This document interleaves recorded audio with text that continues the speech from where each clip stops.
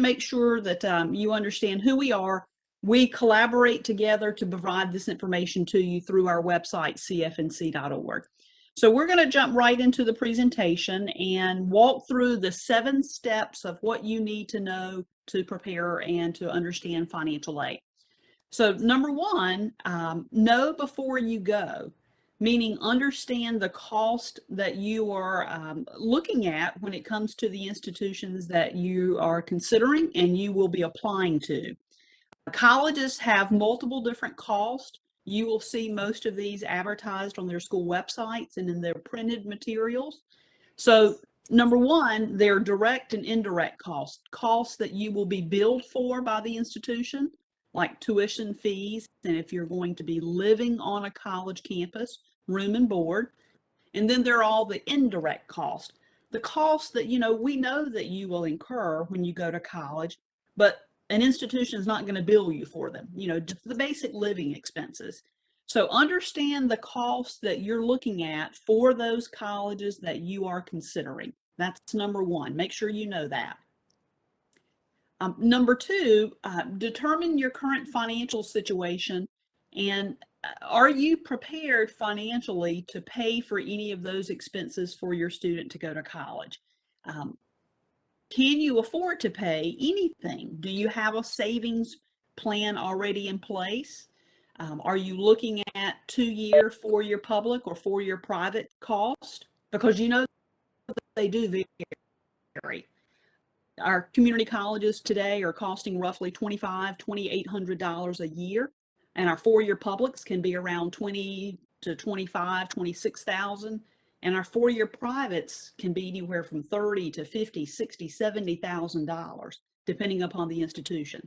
So evaluate your current financial standing and your current financial savings, and are you prepared, and can you pay anything from your own savings funds to help your child go to college? Step 3, understand and know the types of financial aid that could be coming your way. Financial aid is money that's going to pay for college or vocational school, and it's going to be money that comes from any source whatsoever. It could be scholarships and grants. We call those the gift aid because they're the free dollars. You don't pay those back. And then we also have what's called loans and employment. Obviously, if you borrow to get a car, if you borrow to buy a house, you eventually got to pay those dollars back. The same applies if you borrow money to go to college. You have to pay those education loans back. And employment can be like working a work study position on the college campus, having a job right there on campus between your classes, maybe in the morning, in the afternoon, evening, whenever it may be, and you get paid for working that position on campus, and usually that's money that's going to be put in your pocket to spend however you want to. It's not money that's always turned back over to the business office to pay any bills that you have due, okay? So those are the 4 types of financial aid that will come your way, hopefully. Grants, scholarships, possibly loans, and employment. Of those dollars, we have merit-based and need-based funds. I can tell you this, all the dollars that you will get as a result of completing the FAFSA will be need-based aid. Those are the dollars that are directly related to the income of your household, all the money that touches your household. That's why it's called need-based, and that's why the government will consider you for any types of grants or other types of funding opportunities if indeed you qualify. Merit-based money, however, on the other side, are those dollars that you will be rewarded for because you do something well. You've done something well, like your academic performance right there at high school. Maybe your GPA, your class selection. Maybe it's going to be those college courses that you're taking through CCP.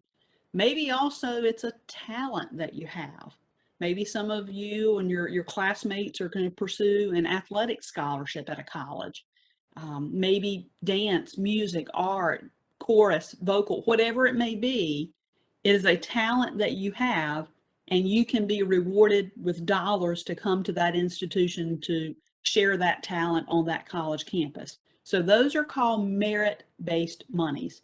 Those are completely separate than the dollars you get from FAFSA. Okay, so that's the big difference between the two. Merit comes to you as a result of something you've done well. Need comes to you as a result of your financial standing in your household.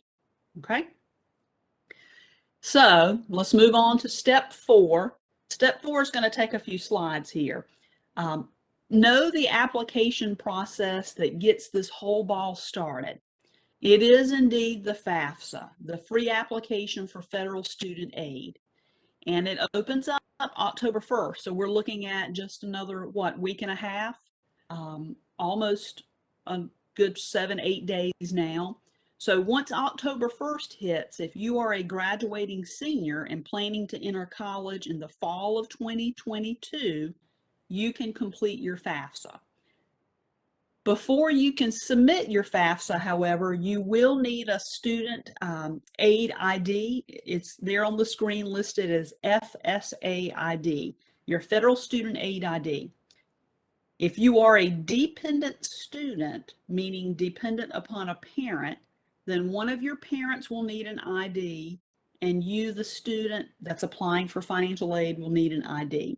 It's a username and password that you create, and you will use that ID for all of your years while you are in college, all of the years that you're going to be submitting a FAFSA. You never have a reason to get more than one ID. And if any parents are on the meeting tonight, if you have already gotten an ID in the most recent past because of another student that's been to college in your household, or you yourself, if you've been to college, parent, you use that same ID to identify yourself for this student that's now just coming up to go to college, okay? So the ID sticks with the individual always. Never need for more than one ID. It will serve as your electronic signature on the FAFSA. Because you're completing the form electronically, there has to be a way to validate and you saying that you are providing accurate information on the FAFSA. That's what your signature does. And the ID serves as your electronic signature. That comes like it's step 7 of the FAFSA. It's the very last part of submitting your FAFSA. Where do you go to complete your FAFSA, and where do you go to get your ID? The federal government is now pushing everyone to go directly to studentaid.gov. You can still this year access FAFSA.gov, FAFSA.gov, and it's going to route you to student aid. So we're just getting in the practice now of telling everybody to go ahead and go straight to studentaid.gov to get used to that year after year after year. The FAFSA is a yearly process, by the way, so keep that in mind. Remember, every year your financial standing of your household could change. Your living situation in that household could change. So that's why you need to complete the FAFSA every year to be considered for aid.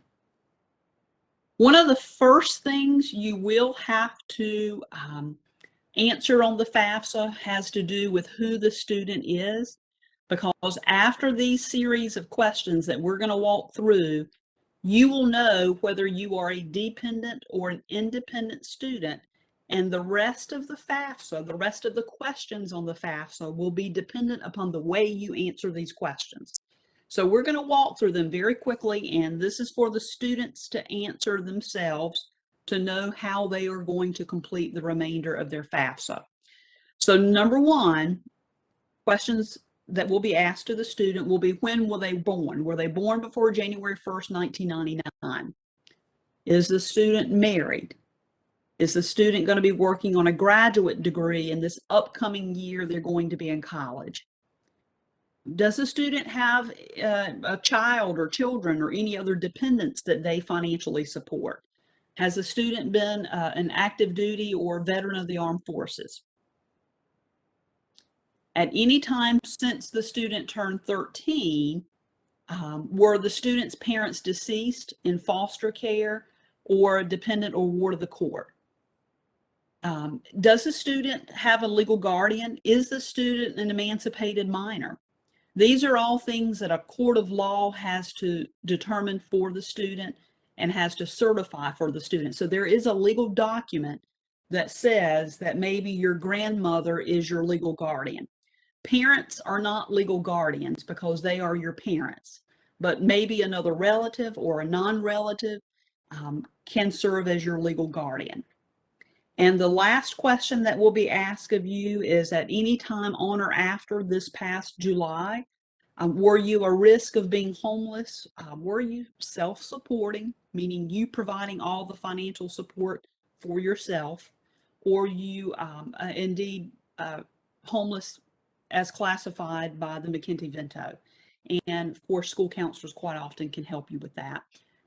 So if you answer no to all of those questions, you are indeed a dependent student, and that means parents must provide data on the FAFSA.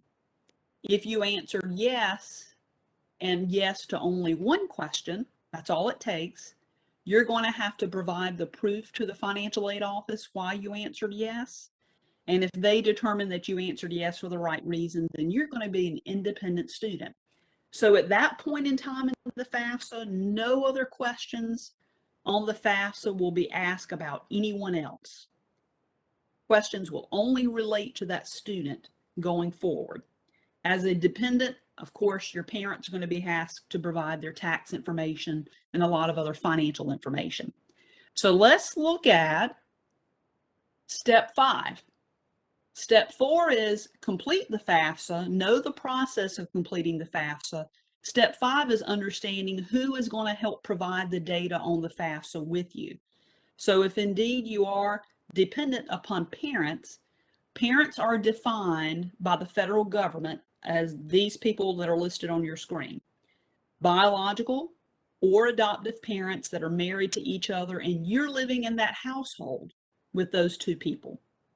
Maybe it's biological or adoptive parents who are not married, but they live together, and you're living in the household with those two people. Then both of those people have to put their tax information, their financial information on the FAFSA. Could be that you live with a single parent, and that's perfectly okay. That parent maybe is widowed. Maybe that parent was never married. Then you only report that one parent. The last situation on the screen here has to do with if you're in a situation where your parents are separated or divorced and they're not in the same household together. So you will list on the FAFSA the parent that you live most with in the calendar year. More than 50% of the time in that year, that's who you report on the FAFSA. And if by chance that parent that you're living with has remarried and there's a step parent in the household, then the step parent's information goes on the FAFSA too. You do not have to report the tax information from that parent that's not living in your household. Only the people that are in the household that you live with do you report on the FAFSA. Okay? If you have questions about that, just throw them in the chat, and we can certainly address those at the end. Sometimes it's not so easy as reporting parents on the FAFSA because you may not live with a parent, you live with someone else. You know where your parents are, but they don't provide the support to you. You don't live, whatever the situation is. There are going to be some reasons that you may fall under what we call professional judgment. And sometimes it may be special circumstances. And these are some examples of special circumstances when situations cannot be reported on the FAFSA. It's no way that they can be documented on the FAFSA form because the federal government doesn't ask about this information. So after you file the FAFSA, at any point in time in any year that you file it, if for some reason there is a change in employment in your household, like a parent loses their job, their parent has a reduction in work hours, they're furloughed, whatever it may be, then that needs to be shared with the financial aid office. Same thing as a death in the family. Same thing with the change in your parents' marital status. If after you file the FAFSA, your parents now separate or divorce, the college needs to know that. And other information like outstanding medical bills, not covered by insurance, and simply the fact that you just cannot obtain parent information. You're not an independent student and you live with someone else, but there's no way to get the parent data. Those are situations that you need to share with the financial aid office and let them help you go through the process of making sure you're completing your FAFSA correctly. Okay. And the hope is if any of these things, like the top four, employment status, death, change in marital status, sometimes those can allow you to receive extra funding to support you through that crisis in your household. The timing that you're going through them, more money from that financial aid office can be given to you to help you. So sometimes parents and students don't always realize that, I can't go back in and change my FAFSA because my dad lost his job, but I can go tell the financial aid office. That's the big thing for you to remember. When it comes to your parents' tax information, I've said that a couple times tonight. The fortunate thing about the FAFSA now is that parents and you too, students, if you are working and you file taxes, then you will be expected to go through the same financial questions as parents will be required to answer. So you can transfer data that is sitting with the IRS directly from the IRS's website to the FAFSA. So this is the process that you would go through. For the 2022 23 FAFSA year that you will be submitting, that's going to be the year you're going to be in college, you will use 2020 tax data. So hopefully most of all of us have our 2020 taxes filed. It's sitting with the IRS. It's been approved already. So it's good information that you could pull to put on your FAFSA. So if you are a candidate to retrieve your data from the IRS, the government will expect you to do that. So you can link to the IRS, the little button at the bottom of the page there. This is just for illustration purposes only.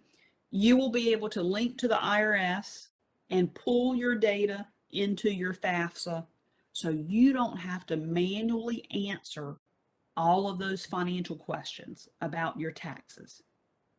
I do recommend that you always have a copy of your filed 2020 taxes sitting next to you when you're filing the FAFSA, because you will need to make sure that address information matches your name. It gets very picky with making sure the IRS recognizes you.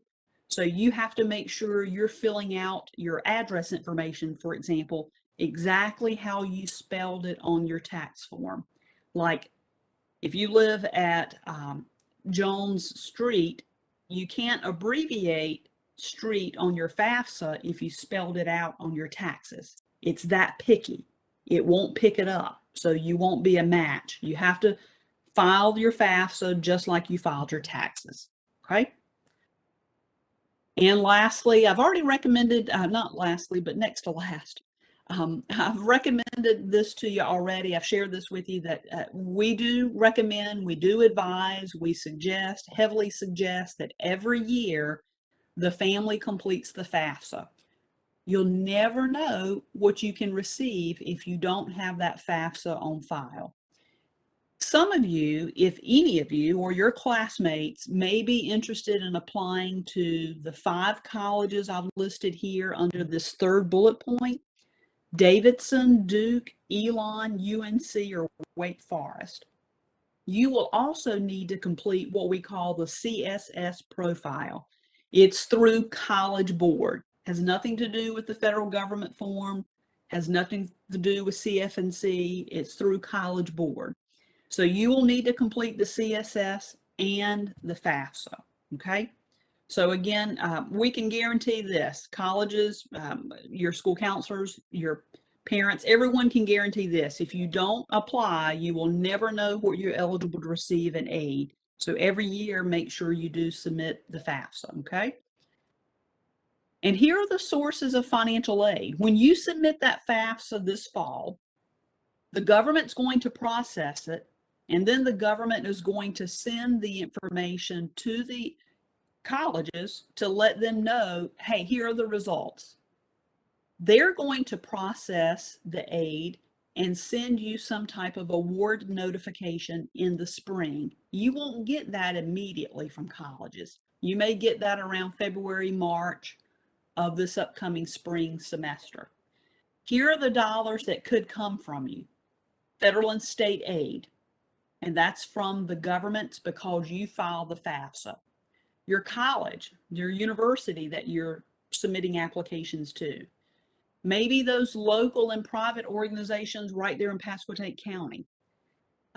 They'll come mostly in the spring of the year, so make sure you're checking with your counseling offices and all the ways that they notify you of any types of scholarship opportunities. We have on CFNC the state-based scholarships, so those at cfnc.org/scholarships. Make sure you're going out to check those. And then lastly, the national databases of scholarships. I'm going to give you some web addresses in just a few slides to make sure you know some of those, okay? So the federal and state government aid that I just talked about from you completing the FAFSA, all you do is file the FAFSA, and if you are eligible for any of these funds that I'm going to show you on these two slides, then the college will let you know. So number one, the Pell Grant. That's the largest grant our government issues to students, but it does go to those students who have little to no income of the household. And then there's another grant called the SEOG, work study, having that job on the college campus. And then we have all different types of loans from the federal government. Students are guaranteed loans. If the student needs a loan to meet any unmet need to send them to college, maybe you want to consider a loan. And parents can borrow too, but parents do have to go through a credit check. The students is just a given that if they need the loan, they can borrow. Parents must go through an appropriate credit check. And the North Carolina money that we give from College Foundation has a lot to do with your eligibility of federal funding, those dollars that I just showed you. But we break our monies down by the type of college that you attend. So if any of you are planning to go to one of the 16 UNC campuses, then if you qualify, you're going to get the need-based grant. The community colleges have their own grant.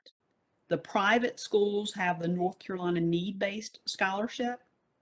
And then the lottery scholarship is awarded to students who qualify going to one of our public campuses in the state. So like the 16 UNCs or our 58 community colleges, okay? All you do is file the FAFSA, that's it. And then the colleges will let you know if you qualify.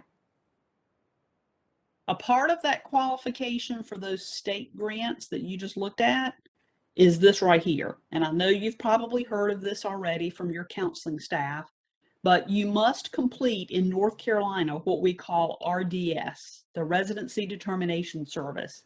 We at College Foundation manage this on behalf of our state, and the whole purpose is to ensure that if indeed you are a resident of North Carolina, you will only be charged in-state tuition. And that is if you're going to one of our public schools in our state. The private schools have no difference in cost in-state or out-of-state tuition, but the publics do. And of course, if you are a resident of our state, then we're going to be able to consider you for any of those grants that you just saw on the slide before now, okay? If you haven't done this already, and that's perfectly okay if you haven't, we do recommend that you complete it prior to getting ready to submit the bulk of your applications for admissions, because a lot of our colleges will ask for this RCN, your residency certification number. It's going to be the number you get when you complete the interview. They're going to ask for that on your college applications. So ncresidency.org, or if you're on CFNC's website, just click on the RDS link wherever you may see it. because you will have to be logged in with your CFNC account to complete your residency interview. I do recommend that parents, if they are capable of sitting down behind the computer to drive the computer, let the parents do it, because the bulk of the questions in RDS will be about parents. What's your driver's license number? Your tax filing information. Maybe you're going to have to report your voter registration number, your proof of insurance, car insurance in North Carolina, things like that that students may not have access to, or hopefully don't need access to, but parents do. So parents, you drive, you complete the questions as best you can if indeed you're capable. And lastly, what do you do now? You can't complete the FAFSA until October 1st. You can go ahead and start doing RDS now. But one of the big things that we recommend, and I know your counseling staff has pushed out to you, is to research scholarships. So get logged on to some of those national databases of scholarships. Check out the ones at CFNC. Go to your counseling office, meet with your school counselor to talk about any of those locally based scholarships, or sometimes the big name scholarships on those college campuses that have a lot to do with your academic standing. So have the conversations, do the research, so that you don't pass any deadlines that may be coming up soon. If you wait too late, if you wait till after you apply to college, you may be too late. So start doing your research now. And always continue to, attend meetings that your high school hosts. Get your friends on. Tell your friends' parents that, hey, my school's doing this to help us. Grab them and have them to participate in any type of meetings your school will host. They're only doing it to help you. So stay involved with what they're trying to offer you. We do have, coming up next month, I wanted to throw this in there for you. Starting October 1, we in North Carolina push what we call North Carolina Countdown to College. And we, your school counselors, other community members of our state are recommending to students that they do 3 things. Number 1, FAFSA. Number 2, their RDS. And number 3, college applications. So go out to cfnc.org/C2C to see all the activities and the live virtual events that we're having. Here to help you, we'll talk about financial aid. We talk about completing RDS, how to get an FSA ID, all of those things that will be directly related to you preparing and going to college. Fortunately, and again this year, we will have a week designated in October. It's the 18th through the 22nd, that many of our institutions in our state will waive the application fees. So if you can afford to wait until October 18th to apply to some of those colleges, maybe you want to hold off. Some of your college applications will be due before October 18th. They may have a due date of October 15th, or some few October 1st. So you don't have a whole lot of time to waste. So make sure you're checking out the due dates for applications, and check out the list of the colleges that we are waiving to see if you can afford to wait until that week in October to get some applications submitted for free. We have updated the list. And as a matter of fact, it's been updated again as of yesterday. So more colleges have been added than the ones that you see in this presentation. We had about 4 or 5 of our HBCU campuses to be added, and 1 or 2 more of our private institutions in the state. So we've got a good number of colleges this year willing to waive the application fees to help students apply. And remember, there are always other opportunities to you to have fee waivers. So make sure you're speaking with your counselors regarding ACT or SAT fee waiver opportunities, even if it's outside of the week of October 18th. Some of you could still apply and qualify for these fee waiver opportunities. So go out to C2C, cfnc.org/C2C to see all the live information regarding College Application Month. And as we wind down here, here are some of those websites that I wanted to share with you and spoke about a few moments ago, especially those toward the bottom. College Board, FastWeb, Peterson's, and College Greenlight.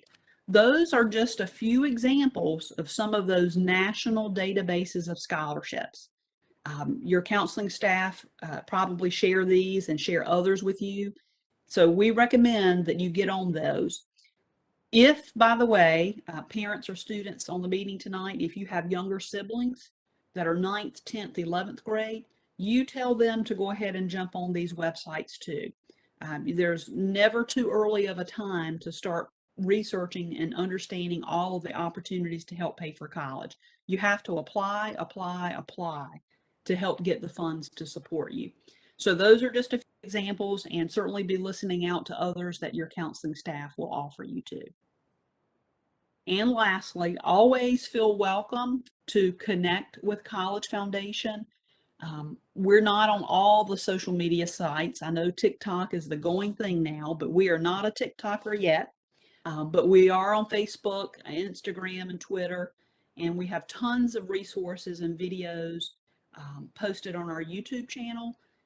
A lot of our, several of our videos under our how-to playlist under YouTube is like how to submit applications on CFNC, how to send your high school transcripts on CFNC, how do I create a CFNC account, how do I do RDS.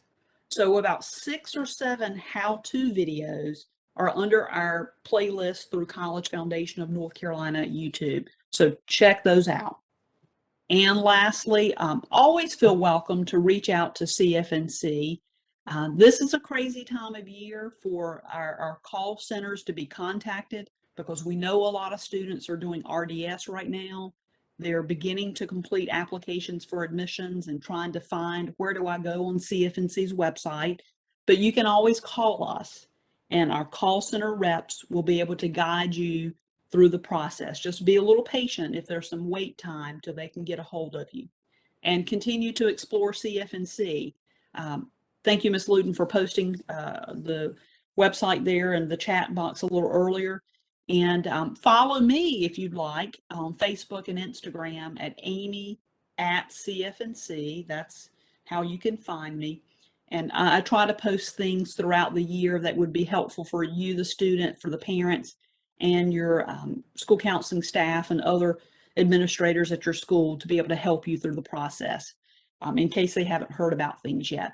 So that in a big or perhaps short nutshell here is a little bit about financial aid and the process to go about it. But the main thing is it always starts with the FAFSA. Jump on the FAFSA, get your FSA ID, start working on RDS, so you can have those things behind you when you're starting to submit college applications. October is going to be a super busy month for you. On top of your college coursework, your student high school coursework, if you're taking CCP classes, you're going to be swamped with so many responsibilities. So go ahead and be prepared as you move into the month of October.